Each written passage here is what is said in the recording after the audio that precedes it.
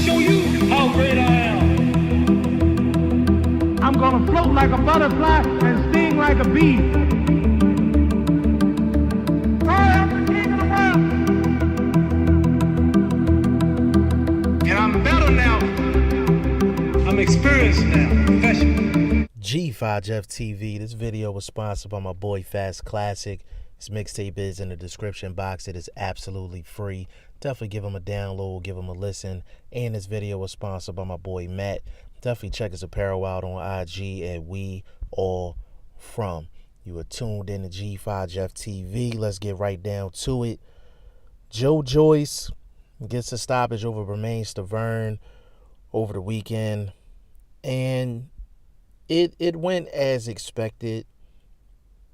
But I took a lot out of this fight. So, just sit back and, grab some popcorn because I'm going to be preaching for a little bit on this one. But going into the fight, I had, preconceived opinions about both guys. And I had to really clear my mind, clear my head before I watched the fight. Because when you go into a fight thinking one thing, when you watch the fight, you're going to end up being biased. So I didn't want to be biased watching this fight. And I honestly came out with a lot of different things in regards to both guys with this fight. Now, starting off with Joyce, they're fast tracking him right now. He was 7-0 prior to the fight, and they gave him the former WBC champion of the world. Now, going into the fight, I was not a big fan of Joyce. Felt like he was stiff. Felt like he was slow. No hand speed. Everything that I dislike about a fighter. If I had to build a fighter, none of my fighters would have those attributes. But I went into the fight with an open mind, and this is what I came up with in regards to Joyce. Number one, Joyce does not throw the same punch combination more than once. He gives you a lot of different punch combinations, a lot of punch variety, and I like that. Number two, he has a power jab. He has a power jab, and of course you can question his speed. He'll never have speed. He just wasn't gifted with speed or quickness. But he throws a jab in a way that he has the proper distance, and it's very difficult for you to counter it, even though it's coming at you very slow.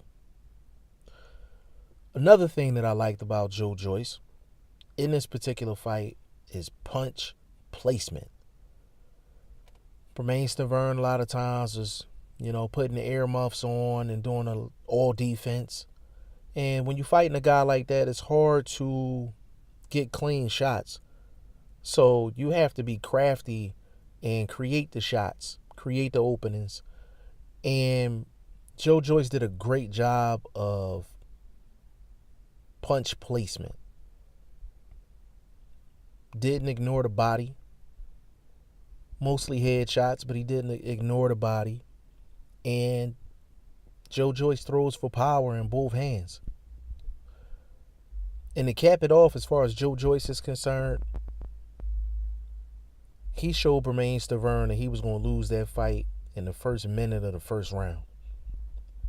When Bermane Stiverne caught him with that hook and snapped Joyce's head back, and Joyce just looked at him like, okay, cool. No problem, cool. I was like, damn. I was like, Bermane Stiverne hit him with the money shot in the first minute, and Joyce just looked at him. I was like, boy, Bermane Stiverne gonna get his ass whipped tonight. And that's exactly what happened to Bermane Stiverne. But the things that I've mentioned about Joyce in this particular fight, I don't know if he can get away with that stuff against better competition. I don't know if he can get away with that stuff with a guy that has a little bit more speed, a little bit more movement, more polished as a boxer. I don't know if he can get away with that stuff. But those are the points that I wanted to make in terms of what I liked from Joe Joyce in this particular fight against Bermane Stiverne. Now, going forward, as far as Joe Joyce is concerned, do I think he's a top 10 heavyweight? If he is, he's on the back end of the top 10. You know, definitely top 15 for sure. But he's an interesting boxer. I know in the telecast they said that he has a George Foreman type style, and I said that prior to the telecast in another video, but he really does remind me of George Foreman as far as the approach, and his punch variety is really good, and he shortens up his shots too. Like, he don't throw wide shots. A lot of it is straight down the pipe, and you know, and just the hooks are tight. Like, he don't throw a lot of wide looping shots. I like the way he throws his shots. I really do. But Joe Joyce going forward is going to be a situation where he's just going to be put in against certain guys, and we just going to see if he can perform in front of the lights, because I don't see him getting any better. I don't see his defense getting any better. I don't see him getting any faster or him finding some type of quickness from somewhere. He is who he is, and we're going to see what's going to happen with Joe Joyce, but it was a good performance by Joe Joyce. Now I'm going to get to Bermane Stiverne, who is the person I really wanted to get to. And again, I've said this in previous videos. I'm giving my opinion from somebody that's on the outside looking in. I'll never disrespect a fighter. I respect every single fighter that steps into the ring. But this is just an honest opinion, and there's no hatred or no malice involved with this opinion. Now, with Bermane Stiverne, after coming off of that, highlight reel knockout loss to Deontay Wilder. Wilder hit him so hard with the straight right hand. Still to this day, Bermane Stiverne is still saying that he got hit in the back of the head. Like, that's how strong Deontay Wilder is. After that fight and going into this Joe Joyce fight, you got to look at it if you're the handler or the handlers of Bermane Stiverne. You went from going 12 rounds with Deontay Wilder and then getting a rematch with Deontay Wilder only because of the Luis Ortiz situation. And you get knocked out in the first round in savage fashion. And then the next person they give you is an up-and-coming guy that's 7-0. And they're throwing you to the 7-0 guy. They did the same thing with Tavoris Cloud against Artur Beterbiev back in the day. Same thing happened. Tavoris Cloud lost to Bernard Hopkins, took some other losses, and then they just threw him a guy that was like 4-0, 5-0 at the time, and said, hey, we'll get you Artur Beterbiev. He only 4 or 5-0. You should be able to handle him. That's how they sell it. And Tavoris Cloud got his ass whipped. This is the same exact situation. So essentially, when Bermane Stiverne signed on to the fight, he knew, his team knew, boxing fans knew, boxing hardcores knew that this was a do or die fight in terms of Bermane Stiverne being relevant in the heavyweight division, not being looked at as a quote-unquote gatekeeper, even though this was a gatekeeper fight that he was getting ready to get in with Joe Joyce. This is my problem with Bermane Stiverne. If you know your boxing life is on the line, how the hell do you come in the heaviest you ever came in to a fight? Bermane Stiverne came in at 273 pounds. 273 pounds. And I made this comment in another video, and I got criticized for it slightly. And I basically said that you have to keep these heavyweights active because they're the worst athlete to let sit, because they'll get out of shape and they'll gain a lot of weight. And I mentioned a couple heavyweights, and I was like, well, you won't catch them in bodybuilding magazines, but they're always in shape. They're always in fights. And the thing that's crazy is that's what came to fruition with this fight. Like, Bermane Stiverne came in at 273. And it wasn't, I'm in shape 273.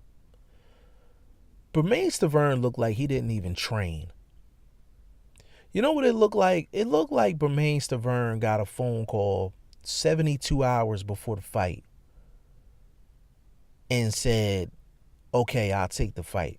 He looked like a last-minute replacement. But this fight has been announced for a while.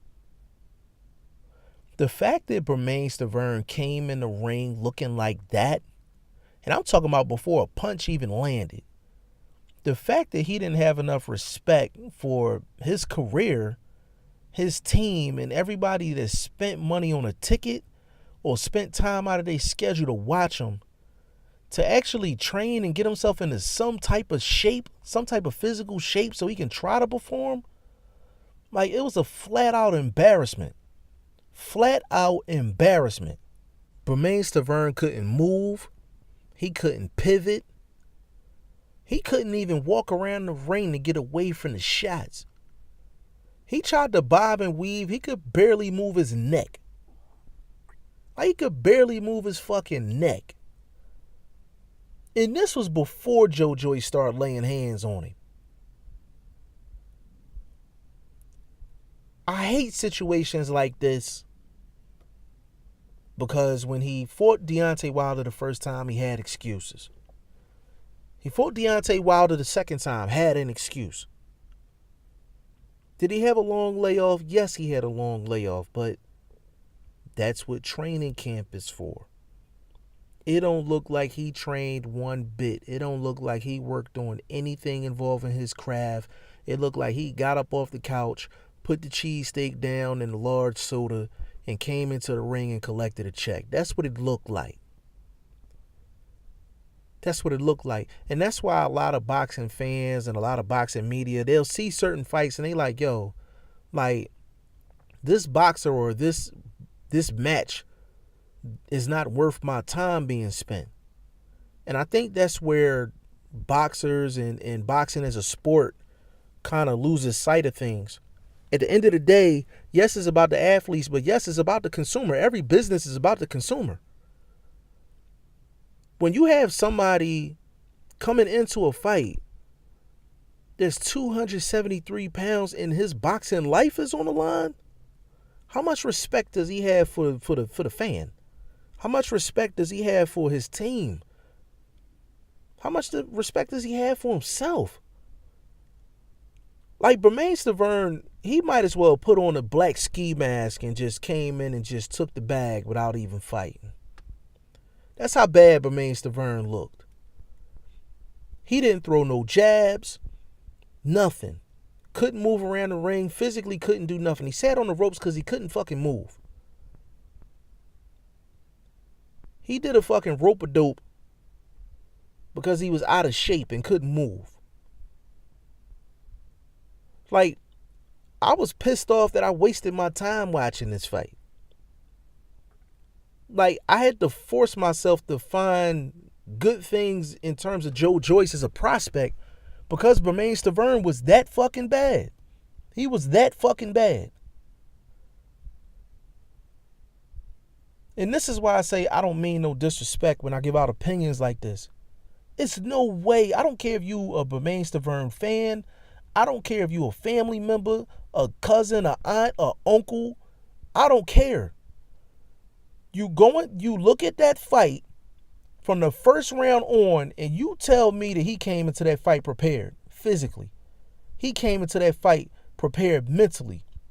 Hell no. Hell no.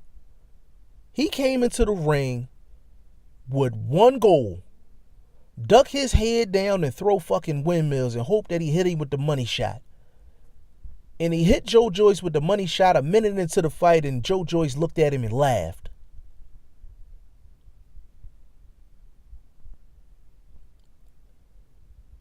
I hate when athletes have situations in their hands and they do shit like this. Like, this was an embarrassment.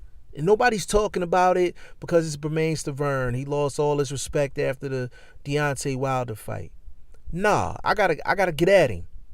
I gotta get at him for this reason. Your career is so messed up to the point to where they give you a guy that's 7-0. And you had to travel to the UK. And that's how I know you was doing it for the bag. Because with the UK, you're going to bring in a little bit more money. They said, all right, we'll throw you a little bit more money, but you got to come out here, though. How you get a 7-0 guy the home field advantage? That's how you know it was gatekeeper status before the fight even started. I don't want to see Bermane Stiverne in the ring no more for this reason and this reason only.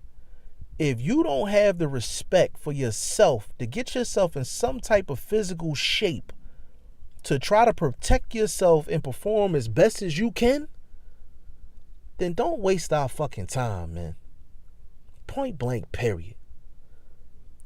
Y'all let me know what y'all think in the comment section. G5 Jeff TV. Hit the subscribe button. Hit the like button. Please share this video. Support your boy. Support good content at all times. I appreciate y'all. Peace.